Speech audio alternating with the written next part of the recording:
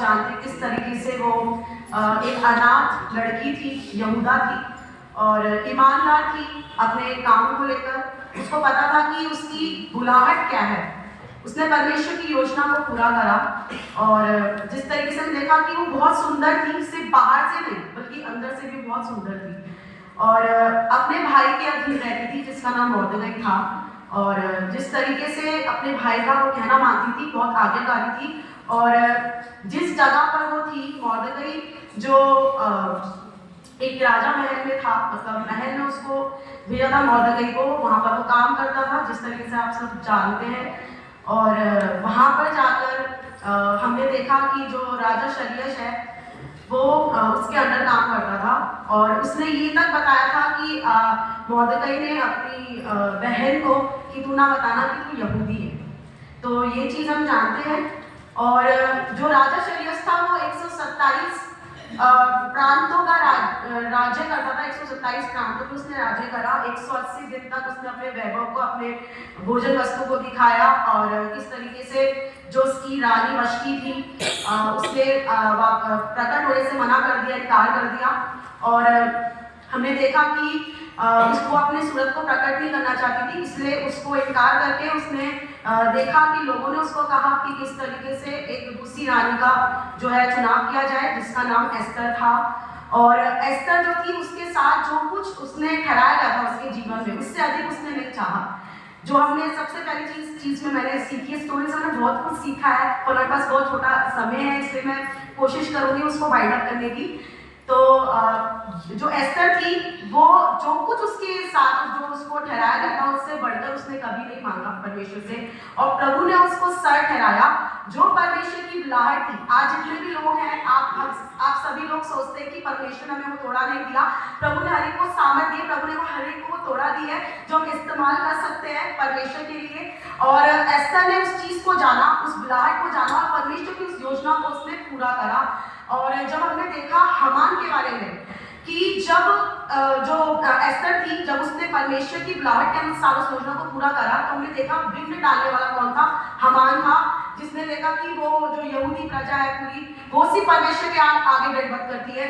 और जो मोर्देकाई था उसने, जो हामान था उसने इस तरीके से जो षड्यंत्र रचाया कि जो यहूदियों को मरवा डाले पूरी तरीके से, है ना। तो किस तरीके से एस्तर ने उपवास रखा, प्रार्थना करी और उसने अपनी मौत की भी चिंता नहीं करी और वो उसने उस चीज को फेस करा और राजा के सामने उसने बोला।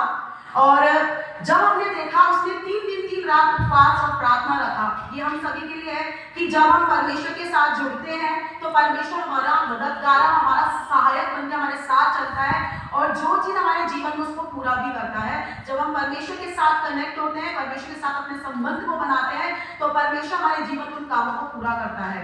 और सच में देखो वो लड़की कितनी अनाथ थी, उसका कोई नहीं था, पर जो उसको पालने पोसने वाला था वो मोर्देकाई था। और एक और चीज मैं बताना चाहती हूँ, जो राजा शरियस था उसने दिमाग में इस चीज को सोचा, परमेश्वर उसके दिमाग में डाला था किस तरीके से जब उसने एक तरफ उपवास रखा, प्रार्थना करी और उसी एक तरफ परमेश्वर उसके मन को बदला, उसको उसकी बुद्धि को बदला, राजा की बुद्धि को बदला। और उसने इतिहास को जब देखा कि जो मोर्देकाई ने उसने क्या अच्छे काम करे, उसने मोर्देकाई ने जो राजा की जान को बचाया।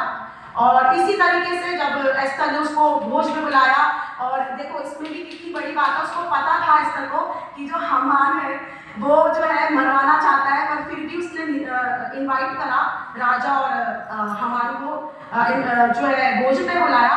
और उसके बाद उसने बताया कि वो कौन जन है जिसने ऐसा किया, जो मरवाना चाहता है वो हामान था।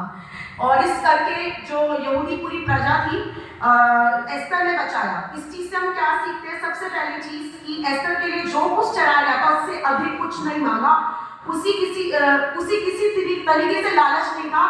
हम भी अपने जीवन में कई बार सोचते हैं कि हमें ये मिल जाए, ये चीज मिल जाए, पर परमेश्वर जानता है जब हम दीन होते हैं, नम्र होते हैं, तो जो चीज हम सोच नहीं सकते उससे बढ़कर वो हमारे जीवन में करता है। और ऐसे ही एस्तर के जीवन में करा, उसको रानी बनाया, पटरानी बना दिया उस पूरे क्या कहते हैं, पूरे महल का, राजमहल का। उसके बाद परमेश्वर के द्वारा उसकी बुलाहट थी, परमेश्वर की योजना को सफल किया। एस्तर जानती थी कि उसकी मौत सामने है, वो ऐसी परिस्थिति में थी, उसको इतना विश्वास था परमेश्वर के प्रति, फिर भी उसने परमेश्वर की किसी भी चीज को नकारा नहीं, परमेश्वर की आज्ञा को पूरा करा, उस योजना को पूरा करा। आज हम लोग सब बैठे हैं और हम इसलिए बैठे, हम सबको सोचना चाहिए कि जैसे यीशु मसीह ने अपने पिता की इच्छा को पूरा करा, वो क्रूस पे चढ़ गया और उसने पूरी जाति को बचाया, उसी प्रकार हमारा क्या कर्तव्य है, हमें अपने आप को देखना है कि अगर हम स्त्री है, इसका मतलब ये नहीं हम कमजोर है। प्रभु ने परमेश्वर ने वचन में कहा है कि हम बेशक बाहर से सुंदरता को नहीं देखता, हमारी सीरत को देखता है, हमारे अंदर के मन को देखता है। जब उसके पास आता है तो सच में हमारे उस चीज को पूरा करता है जो हम सोच नहीं सकते हैं। एस्तर को अपनी सुंदरता पर बिल्कुल घमंड नहीं था, वो बहुत सुंदर थी, ठीक है, पर परमेश्वर उसको सर ठहराया। एस्तर ने अपने जान में जोखिम में डालकर राजा के पास गई। एस्तर ने उपवास करा, ये मैंने बता दिया कि किस तरीके से हमें परमेश्वर के जब नजदीक जाते हैं तो प्रभु सारी चीजों को सफल करता है, जो हम सोच नहीं सकते, हमारी परिस्थितियों को वो बदल देता है। एस्तर जब राजा के पास जाती थी, परमेश्वर के द्वारा बोलती थी, मतलब परमेश्वर उसको विजडम देता था कि मुझे अब क्या बोलना है। कई बार हम क्या करते हैं अपने जीवन में, हम अपनी बुद्धि का सहारा लेकर बहुत कुछ चीजों को बोलते करते हैं, पर प्रभु वचन कहता है कि अपनी बुद्धि का सहारा ले, वरन संपूर्ण मन से यहोवा पर भरोसा रख और उसी को स्मरण करके सब काम कर, तब तेरे वो सीधा मांग निकालेगा। तो हम जो कुछ में हर काम में जब परमेश्वर को हम पहला स्थान देंगे तो परमेश्वर हमारी चीजों को पूरा करेगा।